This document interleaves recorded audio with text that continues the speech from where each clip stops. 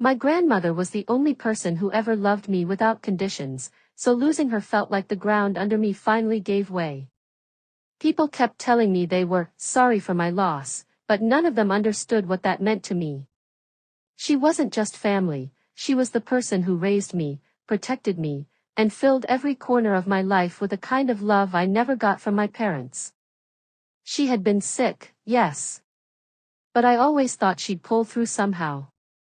She'd survived so much already, my mind refused to imagine a world where she wasn't there.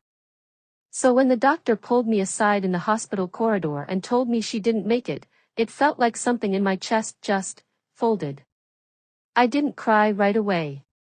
I just stood there holding a cup of cold coffee until it slipped out of my hand and rolled across the floor.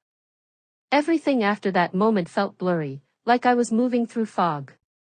The ride home, unlocking the door, stepping into her quiet house. All I could think about was how she wasn't sitting in her favorite chair by the window, humming soft old songs under her breath. My parents didn't call to check on me. I didn't expect them to. They had never wanted children in the first place, and when I came along, I became a responsibility they never planned for. By the time I was 3, they shipped me off to my grandmother and went back to living the life they preferred, child-free, easy, and detached. They never liked how close she and I were. They claimed she spoiled me simply because she acknowledged I existed.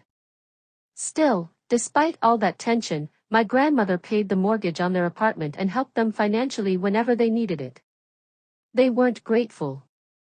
If anything, they resented her for having the kind of bond with me that they never bothered to build.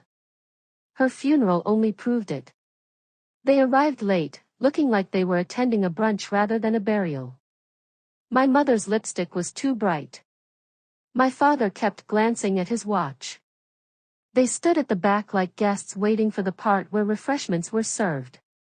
After the service, while people greeted me with soft voices and gentle hugs, a man in a gray suit approached us. He introduced himself as Attorney Collins, my grandmother's lawyer, and said there would be a will reading the next morning. My parents shared a look that was way too excited for a funeral. My mother even muttered, "Why would she be there? Everything is ours." I heard her, but I didn't respond. I didn't care about money. I couldn't think past the ache in my chest. The next morning, I walked into the lawyer's office and sat across from my parents. They looked like they were already spending whatever they believed they were about to receive. But then the lawyer opened his file and read the words that froze the entire room. My client, Martha Evans, leaves all her properties, assets, and savings to her granddaughter, Anna Evans. My parents stared at him like he'd spoken another language. "What?" my mother snapped. "That can't be right," my father added. "Everything belongs to us." But the lawyer continued, calmly, clearly, explaining that my grandmother bought the house they lived in under my name years ago. That she left a safe containing $1 million for me. That everything was properly documented. My parents exploded. Accusations, insults, shouting, it all came out like they'd been waiting their whole lives to unload it. "You manipulated her. She wasn't thinking straight. You tricked her because she was sick." They stormed out before the lawyer could say another word. I stayed seated, staring at the table. Not because I cared about the inheritance, but because I hadn't realized how deeply my parents hated me until that moment. Instead of going home, I went back to my grandmother's house and curled up on her bed. I was too overwhelmed, too broken, too tired. I didn't have room to think about my parents or their anger. And while I was grieving, they were preparing their next attack. They went around our close-knit community telling everyone I killed her. That I didn't give her medication on time. That I neglected her. That I manipulated her into leaving everything to me. They said it so often and so confidently that some people began to wonder. And I stayed silent. I thought the truth would protect itself. I didn't want to defend myself loudly while still crying into my grandmother's pillow every night. But silence only made things worse. A month later, I received a lawsuit accusing me of causing her death. It said I was negligent. It said I didn't deserve anything she left me. Their lawyer even wrote, "A killer cannot inherit property." I remember sitting on the floor staring at those words, feeling like the air had been punched out of me. My attorney read through the documents slowly. Then he looked at me with real concern in his eyes. "Anna, they're trying to ruin you." That was the moment everything inside me shifted. Grief didn't disappear. But something stronger rose behind it. Something steady, sharp, and unwilling to be stepped on. My grandmother raised me to stand up when things mattered. And this mattered.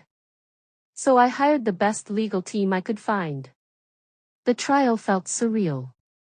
My parents sat across the room, acting like victims who had lost something precious instead of people who had barely visited my grandmother in her final years. Their lawyer painted me as a greedy caretaker who let her grandmother die for money. He made up details, twisted timelines, exaggerated anything he could. But then my community spoke. Neighbors described seeing me push her wheelchair around. The local pharmacist confirmed how often I picked up her medications. A few elderly neighbors talked about how I cooked for her, how I took her to appointments, how she was never alone. Then the most important testimony came from the community doctor. He told the court that I was attentive, consistent, and proactive.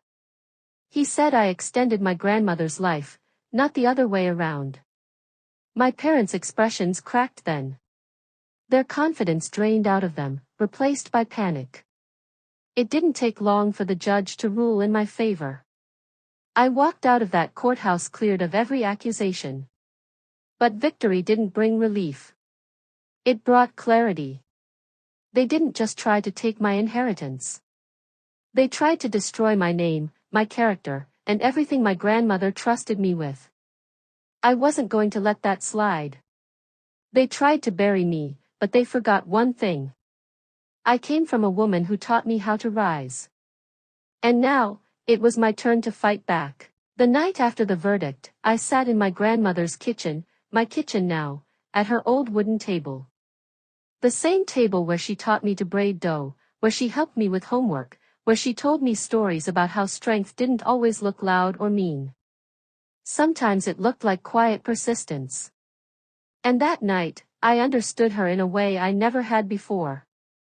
She didn't leave everything to me because she didn't trust my parents.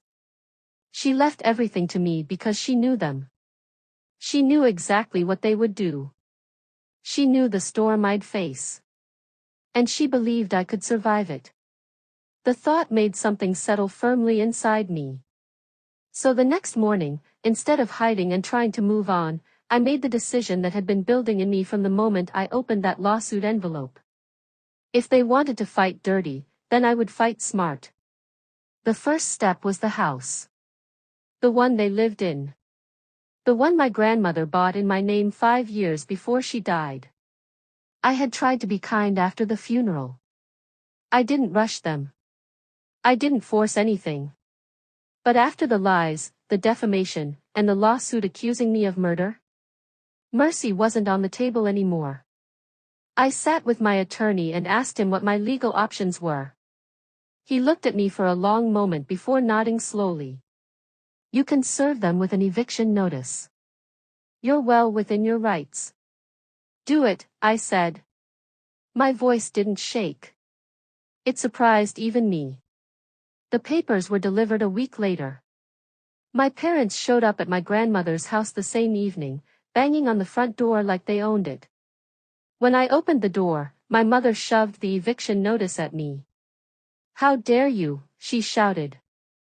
"After everything we've done for you." "Everything you've done for me?"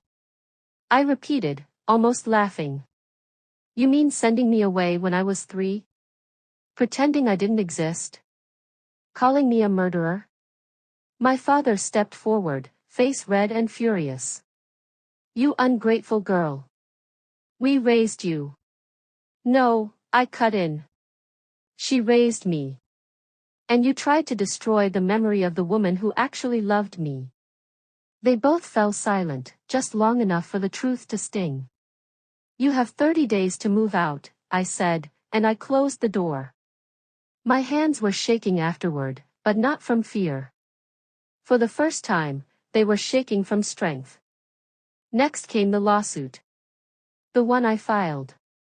They tried to ruin my reputation, dragged my name through the mud, and accused me of killing the woman who saved my life. There were consequences for that. My attorney helped me file a defamation and emotional distress suit totaling over $500,000. Every lie they told. Every false accusation. Every ounce of suffering they caused me while I was grieving. It all counted. When they were served, they didn't come to my house this time. They didn't have anything left to say out loud. But their lawyer begged for a settlement to avoid trial. I refused. They wanted a courtroom. They dragged me into one. They pushed me onto the stand. Now they could stand there too. Just like before, the community doctor testified. Neighbors did the same.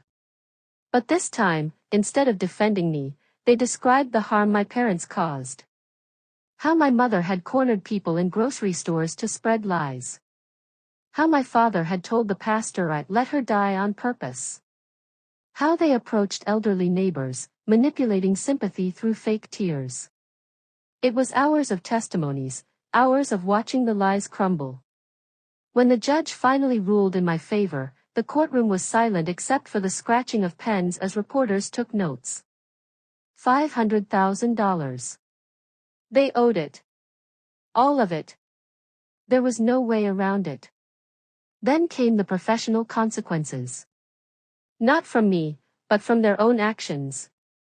Their jobs received anonymous packets of evidence, screenshots, texts, posts, voice recordings, of the malicious statements they made about me. The ones where they accused me of murder, manipulation, and neglect. I never claimed responsibility for sending anything. Some things don't need to be claimed. My mother's workplace put her on indefinite suspension for slander. My father's company terminated his contract for violating ethics policies. Suddenly, the eviction notice meant more than losing a house. It meant homelessness. I saw them only once after everything was finalized. They were standing on the sidewalk outside my house, the house they used to treat like theirs, surrounded by boxes and plastic bags stuffed with belongings. Their eyes were hollow, exhausted, defeated. For a moment, I felt a tug somewhere in my chest. Not pity, never pity. Just recognition. These were the people who tried to bury me. But they forgot one thing my grandmother knew all along. I wasn't someone they could bury. I was someone who grew. Someone who survived. Someone who refused to stay small so others could feel big. Before I closed the curtains, my mother looked up and locked eyes with me. She opened her mouth like she wanted to scream, or cry, or ask for something. I didn't wait to find out. I let the curtain fall. And that was the last time I ever saw them. Some days, when the house is quiet, I still catch myself expecting my grandmother to walk through the kitchen door with her favorite mug or her soft laugh. Grief doesn't vanish, it changes shape. But so do we. I kept her flower shop running the way she loved it, filled with color, softness, and warmth.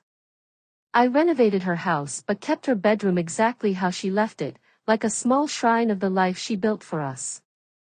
She gave me the foundation. My parents tried to crack it. But the truth is simple. They tried to bury me. But they didn't know I was a seed. And everything I've become now, stronger, steadier, unshakable, is proof that I grew exactly where they thought I'd break.